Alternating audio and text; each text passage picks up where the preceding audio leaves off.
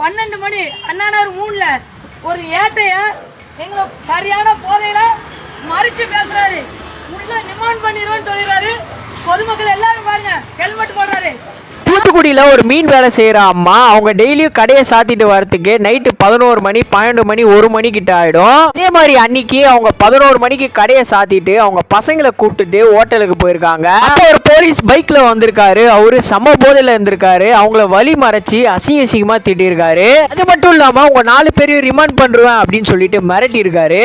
அப்போ இந்த அம்மா போல்டா நீங்க யாரை வேணாலும் கூப்பிடுங்க சார் அப்படின்னு சொல்லிட்டு சொல்லியிருக்காங்க. அதை கேட்ட அந்த போலீஸ் அவங்க மேலதிகாரி கால் பண்ணி வர சொல்லியிருக்காங்க. அதுக்கப்புறம் அவங்க இந்த வீடியோ எடுக்க ஆரம்பிச்சிருக்காங்க. தெரிச்சு அந்த போலீஸ் ஓடி இருக்காரு. பெண்களை பாதுகாக்க வேண்டிய போலீஸ் குடிச்சிட்டு வந்து அராஜகம் பண்ணிருக்கான். நம்ம நாடு எங்க போயிட்டு இருக்குன்னே தெரியல. பாதுகாக்க வேண்டிய போலீஸ் இது மாதிரிலாம் பண்ணிட்டு இருக்காங்க. நீங்க இதை பத்தி என்ன நினைக்கிறீங்க அப்படின்னு சொல்லிட்டு உங்களுடைய கமெண்ட்ல சொல்லுங்க.